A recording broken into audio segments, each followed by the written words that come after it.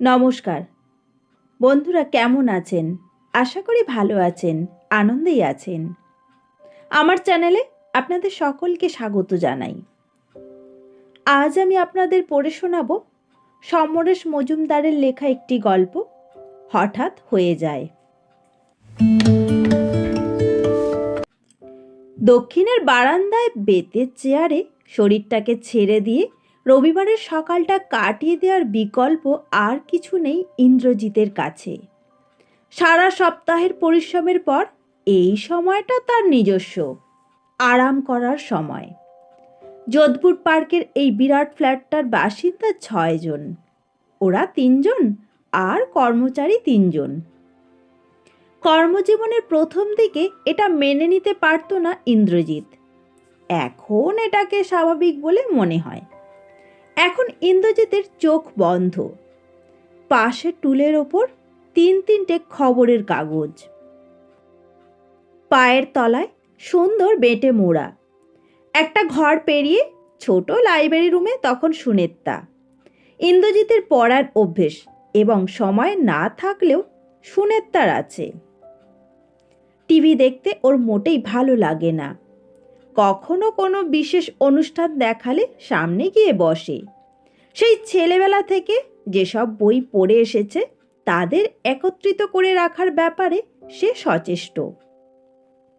যে বইটি 15 বছর বয়সে পড়েছিল তার বিষয়বস্তুর আকর্ষণ তেমন না থাকলেও সেটি স্পর্শ করলে সেই দিনটিতে ফিরে যেতে পারে অনায়াসে। বাবার কিনে দেওয়া বইটিতে 15 বছরের হাতে লেখা নামটা এখন ওর কাছে বড় আদরের। বইগুলোতে ধুলো জমার কোনো সুযোগ নেই, তবু ঝাড়ন বোলাচ্ছিল সুনেত্রা। এই সময় দরজা এসে দাঁড়ালো ছেলে। মম। ছেলের বয়স 19, ফর্সা সুন্দর চেহারা, 6 ফুট 1 ইঞ্চি লম্বা। কথা বলতে গেলে মুখ তুলে তাকাতে হয়। যাদবপুরে পড়ছে কম্পিউটার বিজ্ঞান। জয়েন্টে প্রথম 50 জনের মধ্যে ছিল। কিছু বলবি? সুনেত্রা পথের পাঁচালিটা বের করল। I am in problem. ছেলে বেঁকে দাঁড়ালো। কি ব্যাপার? মুখ তুলে তাকালো সুনেত্রা। কাঁধ নাচালো ছেলে, ঠোঁট বেঁকালো। She has missed her month. কি? চেঁচিয়ে উঠল Sunetra. It's not our fault. হয়ে গেছে। টিলা খুব আপসেট। প্লিজ হেল্প হার। আমি সুইমিংয়ে যাচ্ছি, বাই। ছেলে বলে গেল। কয়েক সেকেন্ড শরীর অসাড়, শুধু বুকের ভেতরটা দুমড়ে উঠেছে। ব্যাপারটা বোধগম্য হতেই কয়েক সেকেন্ড লাগলো। তারপর মাথা খারাপ হয়ে গেল সুনেত্রার। পথের পাঁচালীকে যথাস্থানে না রেখে সে দ্রুত বেরিয়ে এসে কমলাকে দেখতে পেল। বাবি কোথায়? ছোটবাবু তো বেরিয়ে গেল। সুনেত্রা নিঃশ্বাস নিতে পারছিল না। এত বড় কাণ্ড করে কিরকম নির্লিপ্ত গলায় বলে গেল, সাহায্য করো। মাথা ঝিমঝিম করছিল সুনেত্রার। বেডরুমে গিয়ে সে শুয়ে পড়ল। মাস 3 আগে ডাক্তার বলেছিল, আপনার প্রেশারটা গোলমাল করছে ম্যাডাম। এখন থেকে রোজ অ্যামটাপ 5 আর স্কোপিন 75 খেয়ে যেতে হবে যত দিন বাঁচবেন। ওই ওষুধ দুটো ব্রেকফাস্টের পর খেয়ে সে বেশ ভালোই ছিল। এখন মনে হচ্ছে পায়ের তলা ঝিমঝিম করছে, মাথা ঘুরছে। মিনিট 10 চুপচাপ শুয়ে থাকতে থাকতে টিলার মুখ মনে পড়ল। মেয়েটাকে মাত্র 1 দিন দেখেছে সে। ছেলের সঙ্গে পড়ে, খুব ভালো মেয়ে, প্রায় পুতুলের মতো দেখতে। ছেলের থেকে 3 নম্বর বেশি পেয়েছিল জয়েন্টে। জনাচারিক ছেলে মেয়ে আধ ঘন্টার জন্য এসেছিল। তখন আলাপ হয়েছিল টিলার সঙ্গে। খুব মিষ্টি আর শান্ত বলে মনে হয়েছিল ওকে। ব্যাস এইটুকুই। সুনেত্রা উঠল। দক্ষিণের বারান্দায় যেতেই ইন্দ্রজিৎ ইজি চেয়ারে অর্ধশায়িত অবস্থায় বিরক্তি প্রকাশ করল। It's too much. তোমার ছেলেকে আমি বারবার বলেছি গাড়িতে হাত না দিতে, কিন্তু ওটা ওর কানে ঢুকছে না। একটু আগে কাউকে কিছু না বলে গাড়ি নিয়ে বেরিয়ে গেল। চাবিটা তোমার কাছে রাখলে কি অসুবিধা হয়? আশ্চর্য, আমার বাড়িতে আমি চোরের ভয়ে জিনিস লুকিয়ে রাখবো? ও যে কথা শুনছে না সেটা তোমার নজরে পড়ছে না? সোজা হলো ইন্দ্রজিৎ। এই জন্যেই বলে বেশি আদর দিলে মাথায় চড়ে বসে। আমার বাবা কোনো নিষেধ করলে আমি সেটা অমান্য করার কথা ভাবতেই পারতাম না। গায়ে হাত তোলা যাবে না বলে লাভ হচ্ছে না, এখন শুধু গিলে যেতে হবে। হ্যাঁ, গেলা ছাড়া আর উপায় কি? দ্বিতীয় চেয়ারটিতে বসল সুনেত্রা। গত রবিবার দুটো অ্যাক্সিডেন্ট করেছে বললেই বলে অন্য গাড়ির দোষ, কিন্তু আমার পকেট থেকে টাকা বেরিয়ে যাচ্ছে গ্যারেজের বিল মেটাতে। তাও যদি পুরনো অ্যাম্বাসেডরটা নিত গায়ে লাগতো না। ওর এস্টিম ছাড়া নবাবি দেখানো চলবে না। তাছাড়া আজকাল ওর কথাবার্তা শুনেছ? শুনেছি। স্থির দিকে তাকানোয় গলার স্বর বদলে গেল ইন্দ্রজিতের। তোমার কি হয়েছে? কিছু না। চেপে যাচ্ছ কেন? প্রেশার বেড়েছে? জানি না, আমার মাথায় কিছু ঢুকছে না। কি ব্যাপার বলো তো? সুনেত্রা চুপচাপ সামনে রাস্তার দিকে তাকালো। বুকের ভেতরটা কিরকম করছিল তার। তারপর বলল, একটা কথা রাখবে? আশ্চর্য, কথাটা কি তা বলবে তো? না, আগে তোমাকে কথা দিতে হবে। অস্বস্তিতে মাথা নাড়ল ইন্দ্রজিৎ। তারপর মেনে নিতে বাধ্য হলো। ঠিক আছে, আমি যা বলবো তা শুনে তুমি উত্তেজিত হবে না? সুনেত্রা নিঃশ্বাস ফেলল। এখন আমাদের যা করার মাথা ঠান্ডা রেখে করতে হবে। ইন্দ্রজিৎ চোখ বড় বড় করে স্থির দিকে তাকিয়েছিল। সুনেত্রার কথা বলার ধরন তার ভালো লাগছিল না। খুব বড় রকমের কাণ্ড না হলে সুনেত্রা এমনভাবে কথা বলবে না। তুমি তো টিলাকে চেনো না, সুনেত্রা বলল। টিলা? কে টিলা? বাবির সঙ্গে পড়ে। ও, তো কি হয়েছে তার?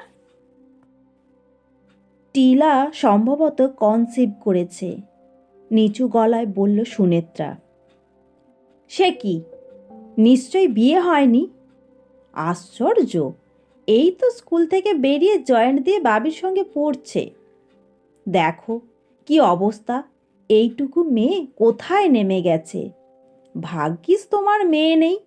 ছেলেকে নিয়ে একরকম সমস্যা, মেয়ে থাকলে তো। ওর বাবা মা জানেন? ইন্দ্রজিৎ প্রশ্ন করল। জানি না, বোধহয় জানে না। কিন্তু তুমি জানলে কি করে? বাবি বলল। বন্ধুকে জানিয়েছে অথচ নিজের বাবা মাকে জানায়নি। তা এ নিয়ে তোমার এত আপসেট হওয়ার কি কারণ আছে? এটা ওর মা বাবার সমস্যা, তোমার নয়। আমাদেরও। তার মানে? ইন্দ্রজিতের গলা আচমকা শুকিয়ে গেল। তোমার ছেলে বলল, ইটস নট আওয়ার ফল্ট, হয়ে গেছে। হোয়াট? চিৎকার করে উঠল ইন্দ্রজিৎ। চিৎকার করো না। কি বলছো তুমি? ওইটুকুনি ছেলে, 19 বছর বয়স, জুতো মেরে ওর মুখ ভেঙে দেব আমি।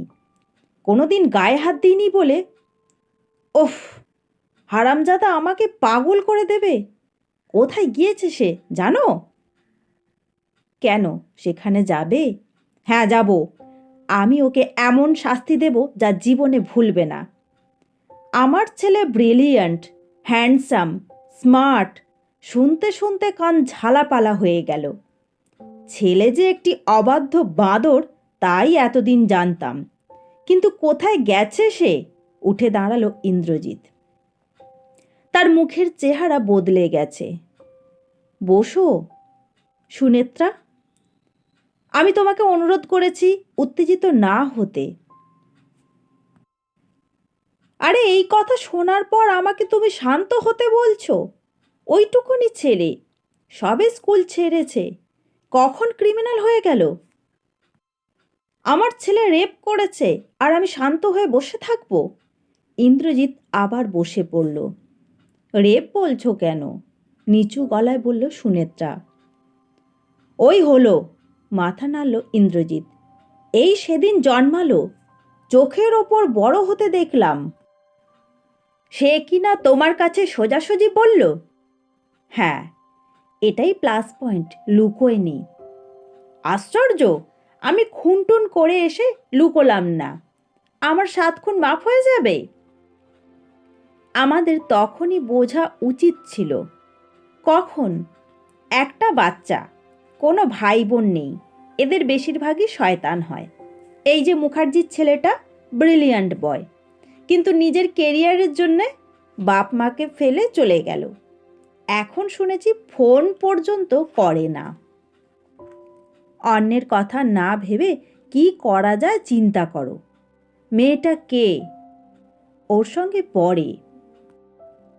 কিরকম ফ্যামিলির মেয়ে? তোমার ছেলেকে নিশ্চয়ই কলেজে ঢোকার পর চিনেছে। এর মধ্যেই এতটা এগিয়ে গেল, বাপ মায়ের কোনো শিক্ষা নেই। সেটা তোমার ছেলের ক্ষেত্রেও তো বলা যায়। আমার ছেলে বলবে না। ছেলে তো আমার একার হতে পারে না। ইন্দ্রজিৎ কিছুক্ষণ কথা বলল না। সুনেত্রাও চুপ করে বসে রইল। ইন্দ্রজিতের মনে হচ্ছিল বুকের ভেতরটা কিরকম হু হু ফাঁকা হয়ে গেছে। শেষ পর্যন্ত সে কথা বলল। ব্যাপারটা হয়েছে কোথায়? আমি জানি না, বলেনি। এই বয়সে হোটেলে ঢুকেছে, ভাবো। ভেতরে ভেতরে কত বড় ক্রিমিনাল হয়ে উঠেছে। উফ, কখন আসবে কিছু বলে গেছে? না, সুনেত্রা বলল। শুধু বলেছে মেয়েটাকে সাহায্য করতে। সাহায্য করতে? আমরা কি সাহায্য করব? যাদের মেয়ে তারা করবে। মেয়েটার বাবা মা জানে? আমি কিছু জানি না, বললাম তো। কথাটা শুনে এমন হতভম্ব হয়ে পড়েছিলাম যে। তাছাড়া বলেই ও সুইমিংয়ে চলে গেল। সুইমিং? আমি ক্লাবে ফোন করছি। দাঁড়াও, ও তো ব্যাপারটা নাও বলতে পারত। না বলে উপায় নেই। বিয়ে করে খাওয়াতে হলে বাপের হোটেলে বউকে নিয়ে আসতে হবে, অতএব বলতে বাধ্য। অতএব ওই 19 বছরের ছেলের বিয়ে দাও, বাকি জীবনটাই বরবাদ হয়ে যাক। বিয়ে ছাড়া কি অন্য কোনো উপায় নেই? অন্য উপায়? ও, সেটার জন্য তোমাকে বলার কি দরকার? নিজেরা যখন অতটা এগিয়েছে, তখন বাকিটাও পারবে। কলকাতা শহরের অলিতে গলিতে এখন ওসবের ব্যবস্থা আছে। বিরক্তিতে স্থির হতে পারছিল না ইন্দ্রজিৎ। নিশ্চয়ই সাহস পায়নি, পেলে বলতো না, আমরা জানতেও পারতাম না। তুমি ওকে ক্রিমিনাল বলছো? পুরোপুরি তাই হলে আমাদের জানাতো না। সুনেত্রার বক্তব্য অস্বীকার করতে পারল না ইন্দ্রজিৎ। কিছুক্ষণ চুপ করে থেকে বলল, মেয়েটা ওর সঙ্গে পড়ে? তার মানে সমান বয়স, বড়ও হতে পারে। না হলেও সমবয়সী ছেলেদের তুলনায় মেয়েরা বেশি ম্যাচিওর্ড হয়। ওই মেয়েটা ইন্টেনশনালি করেনি তো? সুনেত্রা উঠে দাঁড়ালো। তোমার মাথা সত্যি খারাপ হয়ে গেছে। ছেলে ফিরল ঘন্টা 2 পরে, স্নান সেরে ঝকঝকে হয়ে। ড্রয়িং রুমে ঢুকে দেখল বাবা তার দিকে তাকিয়ে আছে। কপালে ভাঁজ পড়ল তার। কিছু বলবে? ইন্দ্রজিৎ হতভম্ব হয়ে গেল। এত বড় একটা কাণ্ড করার পর এই গলায় প্রশ্নটা করে কি করে? এই সময় সুনেত্রা ঘরে ঢুকল। বস, কথা আছে। ছেলে বলল, তাড়াতাড়ি বলো, কুইজটা শুনতে হবে। সুনেত্রার গলার স্বর বদলালো। তোমাকে এখন এখানেই বসতে হবে। কাঁধ ঝাঁকিয়ে বসল ছেলে ইন্দ্রজিতের উল্টো দিকে। তুমি যা বলে গেলে সেটা সত্যি? সুনেত্রা জিজ্ঞাসা করল। বাহ, মিথ্যে বলবো কেন? তো তোর লজ্জা করছে না এইভাবে কথা বলতে? ইউ ইউ ইন্দ্রজিতের কথা জড়িয়ে গেল। সুনেত্রা বলল, প্লিজ আমাকে কথা বলতে দাও। ছেলে বলল, আমি বুঝতে পারছি না মিথ্যে কথা বলবো কেন। বলে আমি কি খুব অন্যায় করেছি? বাবা এত এক্সাইটেড হয়ে পড়েছে কেন? সুনেত্রা হাত তুলল। তোমার কি একবারও মনে হচ্ছে না কাজটা অন্যায় হয়েছে? ওয়েল, এখন মনে হচ্ছে। ছেলে মাথা নাড়ল। But we never thought of it. টিলা এখন এতটা আপসেট যে মনে হচ্ছে অন্যায় হয়েছে। ওর বাবা মা জানে? সুনেত্রা প্রশ্ন করল। ও নো, জানলে ওর বাবা ওকে কেটে ফেলবে। ফেলাই উচিত, শুধু ওকে নয় তোমাকেও, ইন্দ্রজিৎ চিৎকার করল। সুনেত্রা বলল, প্লিজ। তারপর ছেলের দিকে তাকিয়ে জিজ্ঞাসা করল, টিলা ওর মাকে বলছে না কেন? মায়ের কোনো ভয়েস নেই, শুনলেই বাবাকে বলে দেবেন। কিন্তু এটা তো বেশি দিন গোপন করে রাখা যাবে না। জানি, আমি অলরেডি স্টাডি করেছি, তাই তো তোমাকে সাহায্য করতে বললাম। কিন্তু আমরা কিভাবে সাহায্য করব? যাদের মেয়ে তারা যদি না করে? সুনেত্রার কথার পরেই প্রশ্ন করল ইন্দ্রজিৎ, কোথায় গিয়েছিলি? কোন হোটেলে? হোটেলে? হোটেলে যাব কেন? অবাক হলো ছেলে। হতাশ চোখে ইন্দ্রজিৎ সুনেত্রার দিকে তাকালো। ব্যাপারটা কি করে হলো তোর বাবা জানতে চাইছে, তাই বলো। সুভদ্রাদের বাড়িতে গিয়েছিলাম আমরা, জাস্ট আড্ডা মারতে। সুভদ্রার বাবা মা বাড়িতে ছিল না, ওরও কোথাও যাওয়ার দরকার ছিল। আমাদের বলেছিল ঘণ্টাখানেক বাড়ি পাহারা দিতে। ওয়েল, হঠাৎই, বিশ্বাস করো কোনো প্ল্যান ছিল না, জাস্ট হ্যাপেন্ড। বাড়িতে চাকর বাকর ছিল না? ইন্দ্রজিতের গলা ফ্যাসফ্যাসে শোনালো। দোতলায় না ডাকলে ওরা ওঠে না। ইন্দ্রজিৎ উঠে দাঁড়ালো। শোনো, তোমার এখানে থেকে পড়ার দরকার নেই। ব্যাঙ্গালোর, আহমেদাবাদ, দিল্লি, যেখানে হোক চলে যাও পড়তে। তোমার এখানে থাকা চলবে না। বাহ, আমি এখন ওসব জায়গায় অ্যাডমিশন পাবো? কবে ক্লাস শুরু হয়ে গেছে? তাছাড়া আমি চলে গেলেই টিলার প্রবলেম সলভ হবে? সেটা টিলার প্রবলেম না, আমারও। ছেলে উঠে দাঁড়ালো। সুনেত্রা কথা বলল, ঠিক আছে, আমি টিলার সঙ্গে কথা বলতে চাই, ওকে এখানে আসতে বল। সোমবার বিকেলে যখন ছেলের সঙ্গে টিলা বাড়িতে এলো তখন ইন্দ্রজিৎ অফিসে।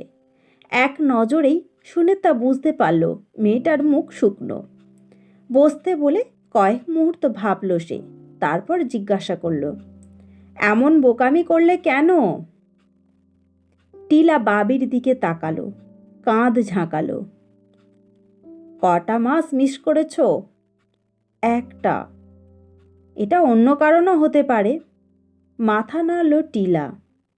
না, আমি ইউরিন পরীক্ষা করিয়েছি। সে কি, তুমি নিজে প্যাথোলজিতে নিয়ে গিয়েছিলে? হ্যাঁ, অন্য নাম বলেছিলাম। তোমার মতো শিক্ষিত মেয়ে এত বড় ভুল করতে পারে ভাবা যায় না। ওর একার দোষ নেই মা, ইনফ্যাক্ট ওর ইচ্ছে ছিল না, আমি ইনসিস্ট করলাম বলেই। বাবি বলল। ছেলের দিকে তাকালো সুনেত্রা। অনেক চেষ্টা করে নিজেকে সামলাতে পারল সে। এরা কি নির্লজ্জ, যা বলছে তার গুরুত্ব বুঝতে পারছে না? টিলার দিকে তাকালো সে। তোমার মাকে বলছো না কেন? আমার মায়ের কোনো পার্সোনালিটি নেই, ওকে বললেই বাবা জানবে। বাবা এটাকে কিছুতেই মেনে নেবে না। টিলা বলল। কি করবেন? আমাকে বাড়ি থেকে বের করে দেবেন। নিজের একমাত্র মেয়েকে কেউ বাড়ি থেকে বের করে দেয় না। আপনি জানেন না আন্টি, বাবা পারেন। তাহলে তো এই ব্যাপারটাকে আইনসঙ্গত করতে তোমার বাবার সঙ্গে কথা বলতে হয়। অন্যমনস্ক গলায় বলল সুনেত্রা। ইম্পসিবল, মাথা ঝাঁকালো টিলা। মানে? আপনি কি বিয়ের কথা ভাবছেন? সোজাসুজি জিজ্ঞাসা করল টিলা। এটাই তো স্বাভাবিক। আপনি বুঝতে পারছেন না, ওকে আমি বিয়ে করতে পারি না। কি আশ্চর্য, বিয়ে করব কেন? অবাক হয়ে গেল সুনেত্রা। মানে তোমরা ভালোবাসো অথচ? না তো, ভালোবাসি কে বলল? We are not in love. কি রে, বল না আমি যা বলছি ঠিক কি না? টিলা বাবির দিকে তাকালো। ঠিক। বাবি মাথা নাড়ল। হতভম্ব হয়ে গেল সুনেত্রা। সে কি?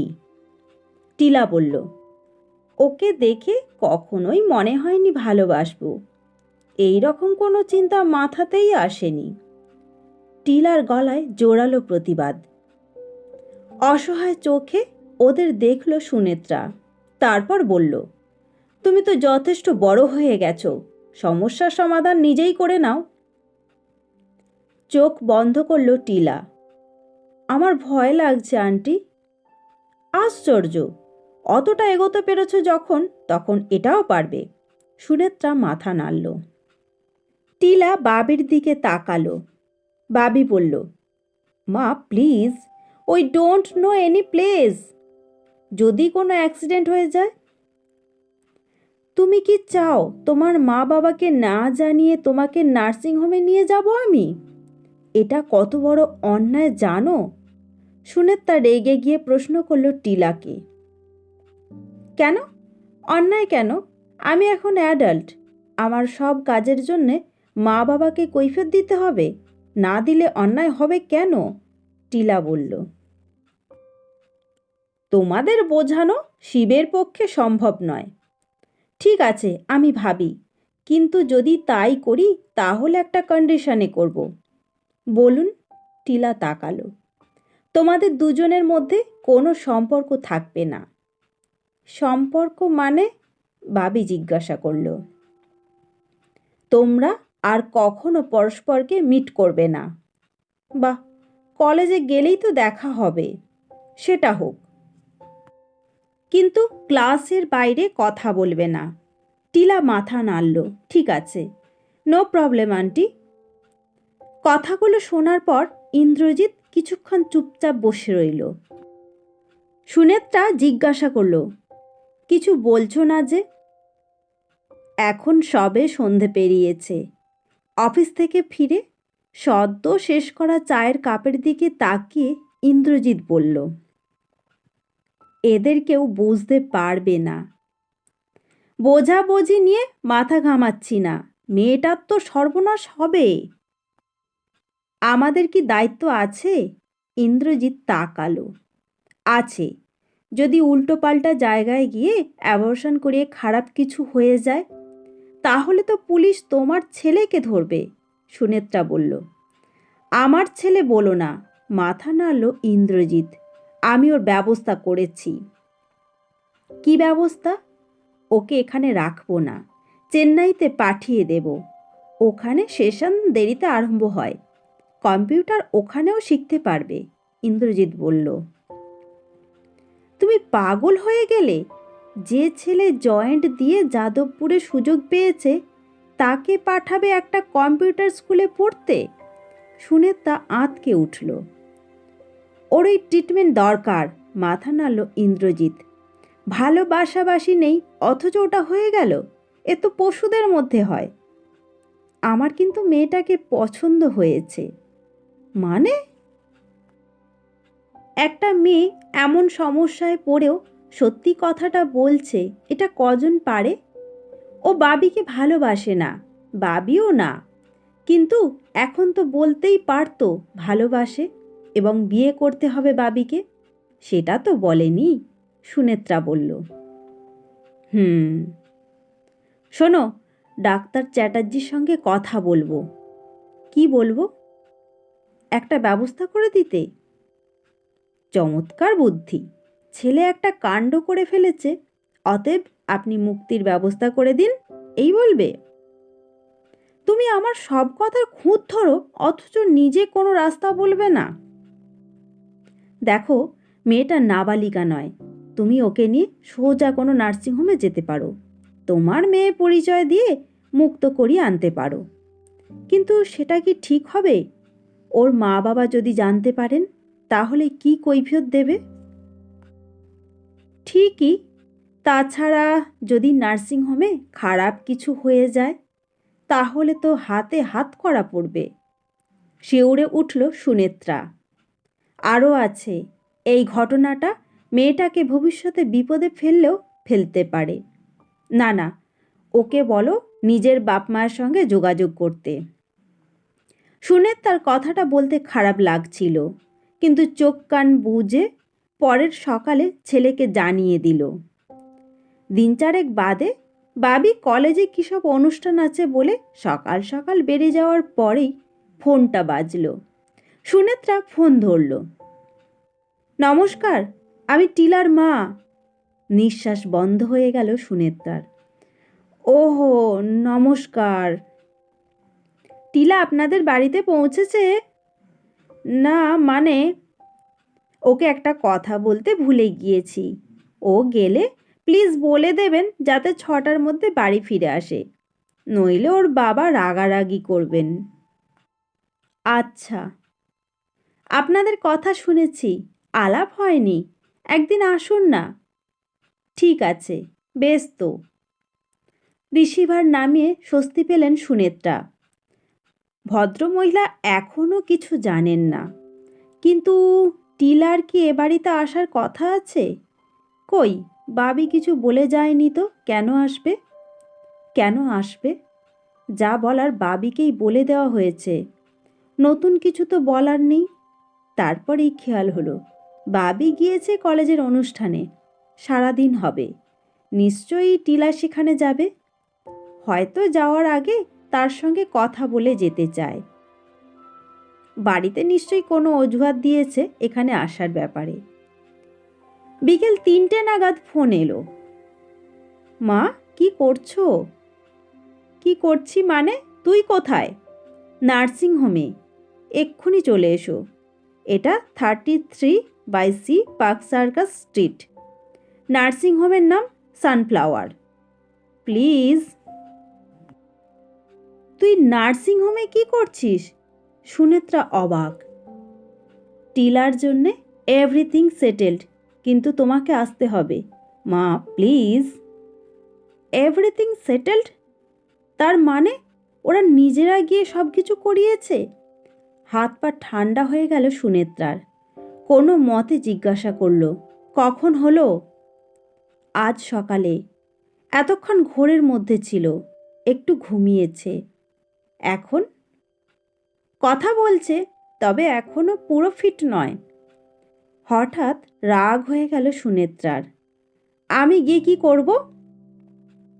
নার্সিংহোমে বলেছি রিলিজের সময় মা আসবে। আমার পক্ষে যাওয়া সম্ভব নয়। টেলিফোন রেখে দিল সুনেত্রা। কয়েক মিনিট পর ভাবনাটা মাথায় এলো। একবার ভাবল স্বামীকে ফোন করে জিজ্ঞাসা করবে কি করা উচিত। এমন হতে পারে ওদের কাছে নার্সিংহোমের বিল মেটানোর মতো টাকা নেই, তাহলে তো বিরাট সমস্যায় পড়বে। মেয়েটার যে কিছু হয়নি সেটা জেনে অবশ্য ভালো লাগছে, কিন্তু বাড়িতে যখন ফিরবে তখন মায়ের চোখে ধরা পড়ে যাবে না? সুনেত্রারই কীরকম ভয় ভয় করতে লাগলো। শেষ পর্যন্ত আর পারল না সে। গাড়ি দুটো, কিন্তু ড্রাইভার একটা, যে ইন্দ্রজিৎকে অফিসে নিয়ে গিয়েছে। ট্যাক্সি নিয়ে সুনেত্রা পৌঁছালো নার্সিংহোমে। গেটেই ছেলে দাঁড়িয়ে, তাকে দেখতেই মুখ হাসিতে ভরে গেল। সুনেত্রা গম্ভীর গলায় জিজ্ঞাসা করল, কোথায়? 3 নম্বর কেবিনে চলো। পথ দেখিয়ে নিয়ে গেল ছেলে। টিলা শুয়েছিল, চোখ বন্ধ। সুনেত্রা ঢুকতেই চোখ খুলল, দেখে উঠে বসল চট করে। সুনেত্রা বাধা দিল, আরে উঠছো কেন, শুয়ে থাকো। না না, আই অ্যাম ওকে, ফাইন। কিন্তু তোমার চোখে ঘুম আছে, দেখেই বোঝা যাচ্ছে অসুস্থ। এই সময় একজন নার্স ঢুকল কেবিনে। ও কিছু নয়, ঘন্টা 2-এর মধ্যে কেটে যাবে, তারপর দেখবেন ঘুমোবে। কাল সকালে ওকে দেখে বুঝতেই পারবেন না। আজই ছেড়ে দেবেন? সুনেত্রা জিজ্ঞাসা করল। হ্যাঁ, ও এখনই চলে যেতে পারে, আরও কিছুক্ষণ শুয়ে না হয় থাকুক। নার্স চলে গেলে সুনেত্রা জিজ্ঞাসা করল, বিল কত হয়েছে? তোমার কাছে টাকা ছিল? বাবি বলল, 50-50 দিয়েছি, এখন আমি বেকার। তাহলে আমাকে ডাকলি কেন? আন্টি প্লিজ, একটা অনুরোধ করব। টিলা অনুনয় করল। সুনেত্রা তাকালো, কথা বলল না। আমাকে বাড়িতে পৌঁছে দেবেন? তোমাকে? কেন? আপনি জাস্ট বলবেন দুপুরে আজে বাজে খেয়ে আমার পেটে গোলমাল হয়েছে। আপনার বাড়িতে চলে গিয়েছিলাম, আপনি ওষুধ দিয়েছেন। এখন ভালো আছি, ঘুমোলে ঠিক হয়ে যাবে, তাই পৌঁছে দিয়ে গেলেন। আমি এত মিথ্যে বলতে যাব কেন? আমাকে বাঁচাতে, নইলে মা বাবা ঠিক। সুনেত্রা ভাবল, এমন তো হতেই পারে, টিলাকে তো সে নার্সিংহোমে নিয়ে আসেনি। ভেবে বলল, একটাই শর্ত, যা আগে বলেছি, তোমরা আর ক্লাসের বাইরে দেখা করবে না। ডান, বাবি বলে উঠল। টিলাও মাথা নাড়ল। টিলার বাবা ছিলেন না, ওর মা ব্যস্ত হলেন মেয়েকে দেখে। কি হয়েছে? টিলা বলল, কিছু হয়নি। সুনেত্রা বলল, যাও রেস্ট নাও। তারপর বলল, আজ সকালেই আপনার সঙ্গে টেলিফোনে আলাপ হলো, তখন ভাবিনি বিকেলে দেখা হবে। আসলে হয়েছে কি, আপনার মেয়ে কলেজের অনুষ্ঠানে উল্টোপাল্টা কিছু বোধহয় খেয়েছিল, আমার বাড়িতে এসে বমি করলো। আমি ডাক্তারকে ফোন করে ওষুধ আনিয়ে খাইয়ে দিয়েছি, এখন ভালো আছে। বললাম একা ছাড়বো না, চলো তোমাকে পৌঁছে দিয়ে আসি। খুব ভালো করেছেন। এত করে বলেছি বাইরের খাবার খাবি না, কথা শোনে না। ওকে এখন ঘুমোতে দিন, ঘুমোলে ঠিক হয়ে যাবে। সুনেত্রা হাসল। আচ্ছা চলি। সে কি, আপনি প্রথম এলেন, একটু বসুন, চা খান। না না, ওসব আর একদিন হবে, জরুরি কাজ আছে। আচ্ছা নমস্কার। সুনেত্রা যেন পালিয়ে এলো, এসে বাঁচল। রাত্রে স্বামীকে ঘটনাটা বলতে গিয়েও পারল না সুনেত্রা। প্রতিক্রিয়া কি হবে কে জানে, কিন্তু ছেলের জন্যে এটুকু না করলে টিলার ক্ষতি হতো। কথাটা ইন্দ্রজিৎ বুঝতে চাইবে না। 7 দিন বাদে ইন্দ্রজিৎ বলল, সামনের সোমবার তোমার ছেলেকে চেন্নাই পাঠাবো। হ্যাঁ, মেয়েটার খবর কি? ঠিক আছে। তার মানে মুক্তি পেয়ে গেছে? সে কি, ওর মা বাবা হেল্প করলেন? না, নিজেরাই। মাই গড, তোমার ছেলে এত বড় তালেবার হয়ে গেছে যে মেয়েটাকে নার্সিংহোমে নিয়ে গিয়ে, ওই বয়সে আমি কল্পনাই করতে পারতাম না। ওকে ডাকো, এখনই কথা বলবো। ইন্দ্রজিৎকে হিংস্র দেখালো। এসব ব্যাপারে কথা না বললে নয়। এসব ব্যাপারে কথা বলতে আমার ঘৃণা করবে। ওকে চেন্নাইয়ের কথা বলবো, প্রসপেক্টাস আনিয়েছি, দেব। সুনেত্রা অবাক হলো। বাবি চেন্নাইয়ের প্রস্তাব শুধু মেনেই নিল না, যাওয়ার জন্য বেশ উৎসাহী হলো। চেন্নাইয়ের কলেজে কম্পিউটার নিয়ে পড়ার সুযোগ পেলে নাকি অনেক বেশি এক্সপোজার পাওয়া যাবে। সুনেত্রারও মনে হলো এই ভালো, প্রথম বয়সের ভুলটাকে ভুলে যেতে পারবে ওরা। নিত্য ওদের সমস্যায় জড়াতে হবে না তাকে। কদিন থেকেই টেলিফোন ঘন ঘন বাজছে, চেন্নাই চলে যাবে বলে বন্ধুরা ফোন করে যাচ্ছে। ছেলে চেঁচিয়ে কথা বলছে, কেউ আপত্তি জানালে উড়িয়ে দিচ্ছে। একটু আগে যে টেলিফোনটা এলো সেটা ধরে ছেলে কথা বলছিল হই হই করে। হঠাৎ গলা নেমে এলো। তারপর ছেলে এলো সুনেত্রার কাছে। মা, তোমার ফোন। কে? ছেলে গম্ভীর হয়ে মুখ ঘুরিয়ে নিল। রিসিভার তুলল সুনেত্রা। হ্যালো আন্টি, আমি টিলা। ও, কি খবর, কেমন আছো? আন্টি, আজ আমাদের ক্লাসের একটা ছেলে বলল ও এখান থেকে চলে যাচ্ছে চেন্নাইতে। কেন? বেটার এক্সপোজার পাবে, তাই বোধ হয়। কথাটাও তো আমাকে জানাতে পারতো। আমি তো তোমাদের নিষেধ করেছিলাম। কেন? আশ্চর্য, তোমরা দুজনে দুজনকে ভালোবাসো না, মিছিমিছি কেন যোগাযোগ রাখবে? রাখলেই তো অতীতটা মনে পড়বে। বাট আন্টি, তুমি কিছু বলবে? I have discovered something. কি সেটা? আমি ওকে ভালোবাসি, রিয়েলি, বিশ্বাস করুন। টিলা? হ্যাঁ আন্টি, ইটস লাইক এ আবিষ্কার। তুমি কি বলছো? আমি একদম ঠিক বলছি। কথাটা আমি ওকে বললাম। অদ্ভুত ব্যাপার, ও নাকি এটা ডিসকভার করেছে বলে চেন্নাইয়ে যাওয়ার কথা আমাকে জানাতে পারেনি। তুমি কি চাইছো, ও চেন্নাইতে না যাক? সুনেত্রা জিজ্ঞাসা করল। নট দ্যাট, ভালো হলে ও যাক, কিন্তু আন্টি, আমি যদি মাঝে মাঝে আপনাকে ফোন করি, আপনার আপত্তি আছে? না, নেই। তোমার ফোন পেলে খুশি হব। রিসিভার নামিয়ে ছেলের দিকে তাকালো সুনেত্রা। তারপর জিজ্ঞাসা করল, টিলা কি বলল তুই বুঝতে পেরেছিস? মাথা নাড়ল ছেলে। ইটস নট আওয়ার ফল্ট মা। হঠাৎ হয়ে গেল। আমি চেন্নাই চলে গেলে প্লিজ হেল্প হার, করবে তো? বন্ধুরা, আজকের গল্প এখানেই শেষ। গল্প পাঠ ভালো লাগলে ভিডিওতে একটা লাইক, এবং আপনি যদি আমার চ্যানেলে এখনও পর্যন্ত সাবস্ক্রাইব না করে থাকেন তবে অবশ্যই চ্যানেলটিকে সাবস্ক্রাইব করতে ভুলবেন না। সকলে খুব ভালো থাকবেন। সকলকে অনেক অনেক ধন্যবাদ। নমস্কার।